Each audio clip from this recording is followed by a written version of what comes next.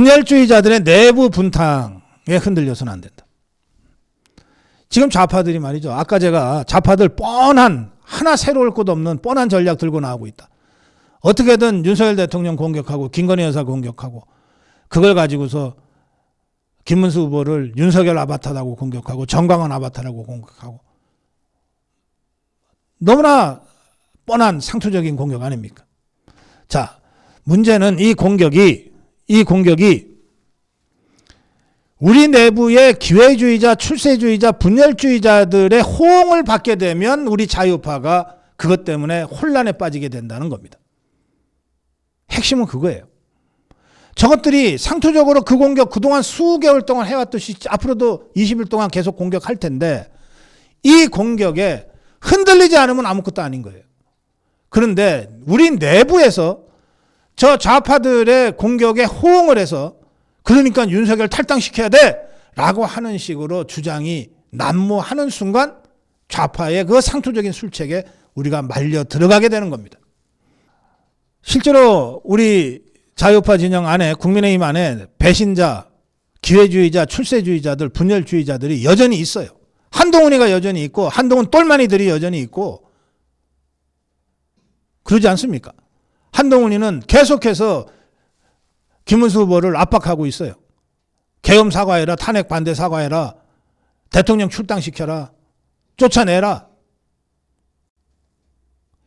실체도 없는 중도층이니 실체도 없는 무슨 저 부동층이니 실체도 없는 호남편이 얘기해 가면서 지금 계속 그런 식으로 하고 있어요. 왜 그러냐? 한동훈과 그 똘마니들은 자기들이 정당했다는 것을 입증받고 싶어 하니까. 그런 면에서 한동훈이는 12월 3일, 12월 4일 그 새벽에 이재명이보다도 더 이재명 했잖아요. 그걸 자유파 국민들로부터 절대 용납받고 용서받지 못하기 때문에 이번에 경선에서 떨어진 것 아닙니까? 그런데 이자는 그게 지가 옳았다고 계속 주장하고 싶은 거예요. 그래서 끊임없이 똘마니들을 시켜서 김문수 후보를 압박하고 윤석열 대통령을 압박하고 있는 겁니다.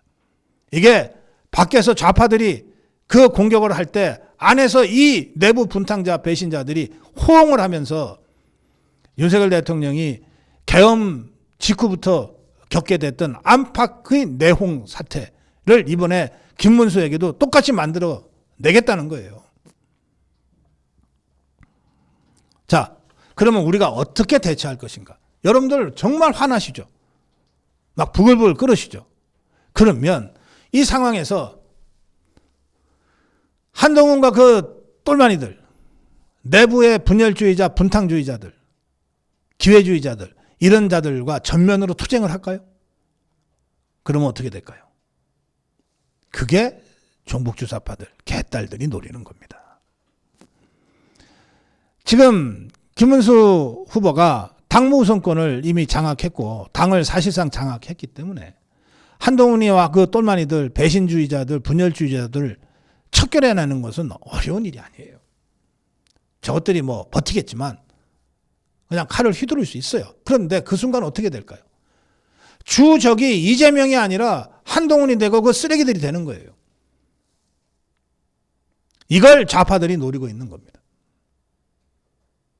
계속 여러분들 부활을 터뜨리게 하면서 자유파 진영 안에서도 야 이재명이 하고 싸우는 게 중요한 게 아니야. 우선 한동훈이가 그 쓰레기들을 쓸어내야지 라고 하는 여론을 자꾸 부추기고 있어요. 이 분열주의자, 분탕주의자들은 건드리면 커지는 거예요. 건드리면. 개 무시해버리면 아무것도 아닙니다. 정말 역겹지만 개 무시해버리면 아무것도 아닌 것이 이것들한테 하나하나 반응을 하기 시작하면 이게 점점 커져요. 그래서 주적인 이재명이는 사라지고 한동훈이와 그 쓰레기들하고 싸우는 꼴이 되게 돼 있어요. 이거를 피해야 됩니다. 이거를 피해야 돼요. 어떤 경우에도 윤석열 대통령은 탈당해서는 안 됩니다. 출당시켜서 안 됩니다. 그거는 우리 자유파의 공멸입니다. 그거는 김문수의 지지 기반이 완전히 와해되는 것과 똑같습니다. 여기 김문수가 여기 어떻게 왔습니까? 여기까지.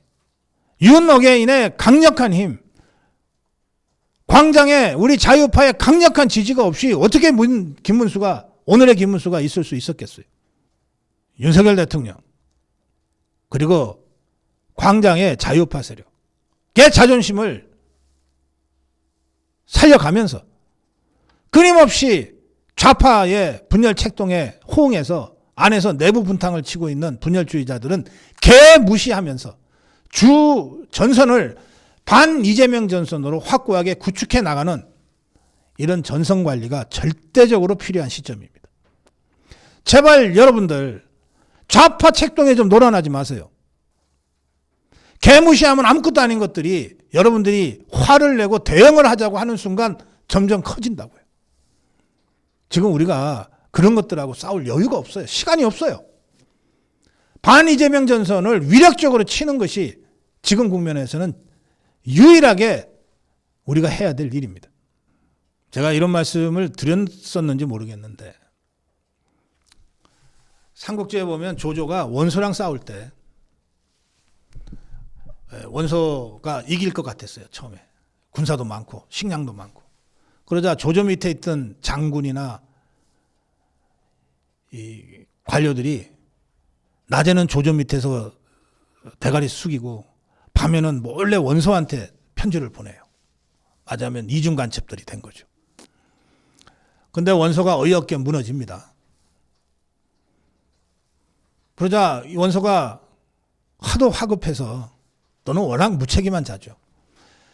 조조 진영에 있던 장군들이나 이 관료들이 보낸 편지를 불태워서 없앴어야 되는데 그걸 그대로 놔두고 튀어버려요. 그걸 조조가 확보합니다. 그걸 이제 다 알게 됐죠.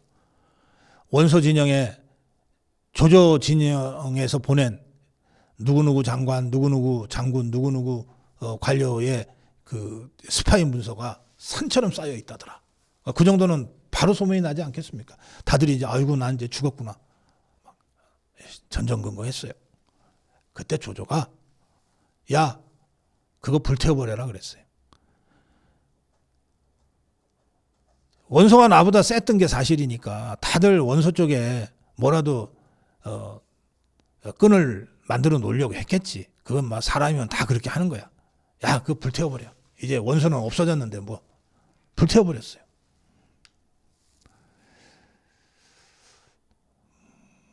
그 이제 민심을 얻었죠. 군심도 얻었어요. 조조가.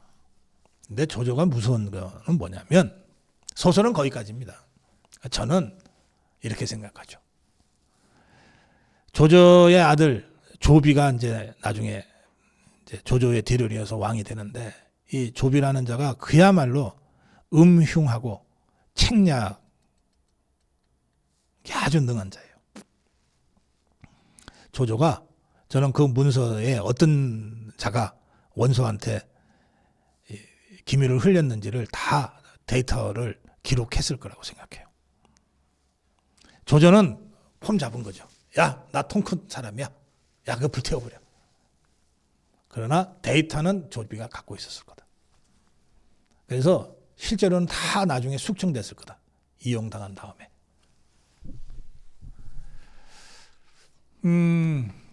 지금 국면이 그때와 비슷합니다. 지금 김문수 후보한테 이런 것들 다 손부터 봐주세요라고 요청하지 마세요.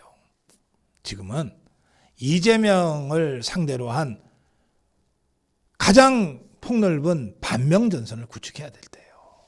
이것들이 나쁜 것들이라는 걸 몰라서가 아니고 이것들이 언제든지 다시 배신할 거라고 하는 걸 몰라서가 아니고 반명전선의 위력적 구축을 위해서 그냥 내버려둬요. 건드리지 마요. 그러나 정확하게 기록은 남기고 기억은 해야죠.